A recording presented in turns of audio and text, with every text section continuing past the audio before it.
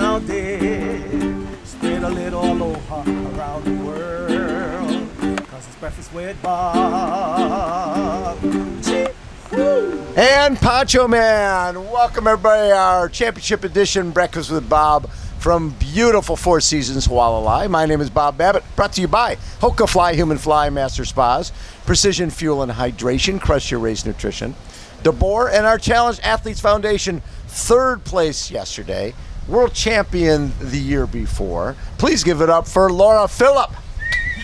There we go. How you doing, Laura? Hey, good to be back, Bob. It was definitely the second goal I had in mind, beside winning the race, to come here for the Breakfast with Bob Champions Edition. It's such a great place here, and it's good to see you this morning. Always good to see you. I'm doing well, thank you. Yes, and I mean, that was a tough day because you and Kat had such a great battle in Hamburg. And you know, you ran at 2:38, which is unbelievable. Kat ran at 2:40, but the person who was third that day was Solveig, who ran at 2:46. And that sort of happened to you with Chelsea in Hamburg. Was that like 2022? Exactly. I think that is a funny side story that when I won in Hamburg for the first time, Chelsea did her debut Ironman there. Yes. And she came second, and it was an incredible performance. And then later on in that year, she won the Ironman World Championship. And I felt like, oh yeah, I think she got a first row experience on how to do it. I showed her the way. You should and be then coaching she just credit. did it even better at the Ironman World Championships. And yeah, if you look back at the Ironman Hamburg results from this year, it's kind of similar. Like Solveig did her first Ironman. Yes. Did very well, but didn't win the race. And then came You here. won the race. I won the race. Yeah, and now she is the new Ironman World Champion. Really crazy and incredible. You know, I know how much respect all you guys have for each other. Because you know, when you go to the starting line, you know how hard Lucy works. You know how hard Taylor works. If they're here, they're working as hard as you're working, right? And you always want your competitor to have the best day they're going to have. Because it makes your win better when that happens. When you're running along and you see Lucy obviously not having her day and having to drop out, and then there's Taylor sitting on the ground, I mean, you must have mixed emotions.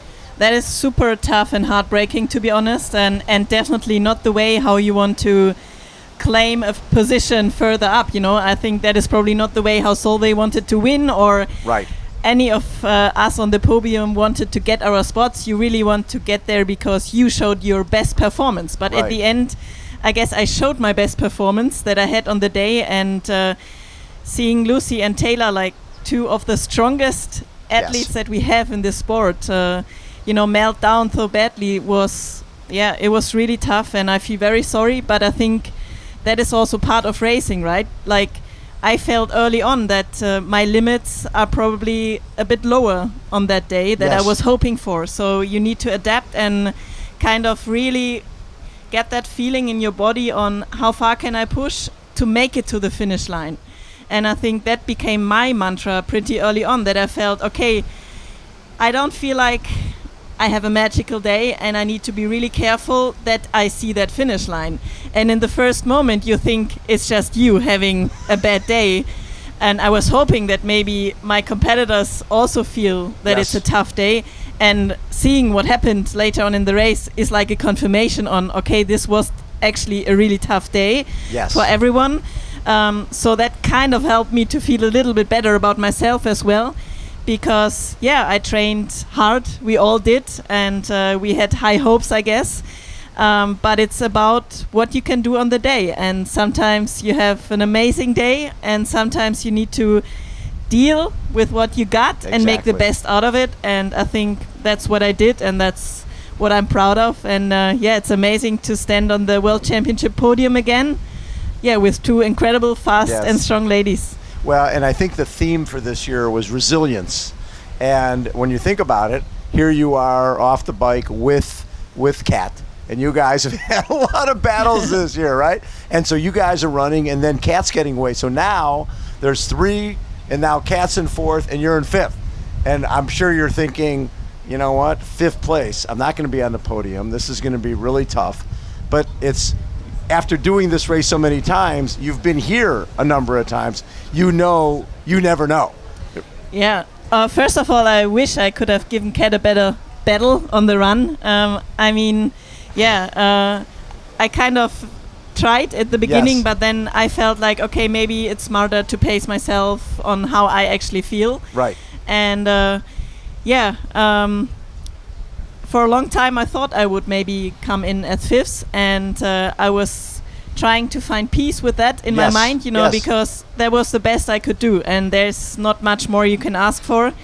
But yeah, I think it once again showed that the race is over at the finish line. And luckily I also had many people telling me from the outside, you know, it's still long, so much can still happen. And I think because we are getting closer and closer also in female racing, I think the races just get more intense and people are willing to risk even more. And especially on a very hot and humid day, this can then the line, you know, between crossing over the line and bonking really hard is very fine. And I don't know if I wasn't like brave enough to push myself even harder, but I think I did. Yes, but you did. You know, no question. Now I'm feeling like, okay, but I reached the finish line.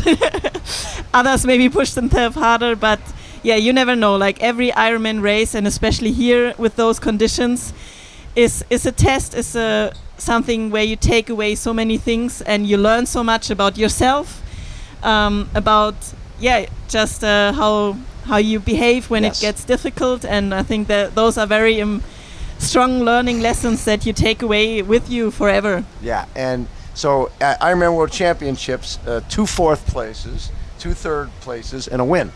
That's pretty darn consistent. that shows stepping up when the lights are the brightest and having the best day you can, and always being, you know, 4th, 3rd, 1st. That's pretty impressive. Yeah, thank you. And it's definitely something I'm very proud of. You know, coming into the sport very late without like a swimming background and so on. I think, those are incredible achievements and something I'm really proud of. And I don't know for how long I can still be there fighting for the top spots, because obviously there's so much talent coming into the sport. Lots and of fast people, seeing another rookie taking the win here. Obviously Solveig is not a rookie to the sport, but I think that is what we most likely will see even more in the future. And as long as I can kind of keep up, that's already pretty cool. And a big motivation also to see how much I can still improve even at age 38. I don't know how old is Solveig. Do you know that? Solveig is 26. Okay. Yeah, so she can be around for a while. And Taylor's 27. Exactly. Yeah, they're 27. They have a few. We don't really know. We didn't know a heck of a lot about Solveig, but she was on the World Triathlon Tour, 73 starts, 12 podiums, 7 wins. So she's been in the sport for a long time. Being in the Olympic Games, she's not going to be intimidated by coming to Kona. Exactly. I think all those short course athletes, they really know how to deal with a lot of pressure, because they have so much more racing during the season than long distance athletes. So you're kind of really getting used to, you know, performing on the big stage. And this is something that was very new to me, you know, like to have a few days of racing over the year, and especially then the World Championships, where it feels a bit overwhelming and you really want to do well, but then you can also really mess up in the last days before the race when your nerves kick in or you can't sleep anymore, you know, like you can really destroy your performance also before the race already. So I think to learn and adapt and get to know you better, and especially for European athletes to come here with the big travel and everything is different, you know, it's a challenge, but it's something, you know, that I think we all love to take on, because it helps us grow as athletes, but also as human beings. And I love the tactics, knowing that, you know, that you would run a 2:38, knowing that Kat had run a 2:40. If I'm Taylor or I'm Lucy, Lucy ran 2:57 when she won here 2 years ago. Taylor's run a 3:04 and 3:05 in her 2 marathons associated with this. So I don't know if their plan was to work together, but on the bike they did, and they got that 14-minute lead. But like you said, some people need to figure out if they're to take a risk or not. But when you take a risk here, you can pay for it.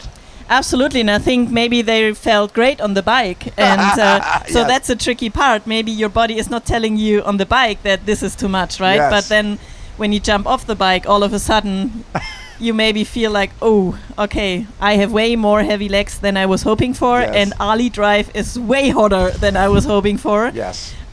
It was actually the toughest part, I think, Ali drive. Was it? It was Even so hotter than hot. the Queen K? Yeah, because on the Queen K you had a breeze. Okay. And that was really helpful. But on Ali drive it felt like there was no Like a sauna. air. Yeah. You just, yeah. Yeah. Wow. Laura, congratulations. Thank you, Getting Bob. podium here is always special, and it means you get to come to breakfast. That's pretty cool. Thank you. Laura Philipp has been our guest again. Third place here at the Ironman World Championship. Poncho Man, take us out. H-A, a little aloha in our day. Spread a little aloha around the world. Cause it's breakfast with Bob. Check. That is a wrap for Breakfast with Bob from beautiful Four Seasons, Hualalai. Thanks everybody for tuning in. I think we did north of 40 interviews this week with some of the greatest athletes on the planet. It has been a treat. Check everything out on our Babblefield YouTube channel. Thank you.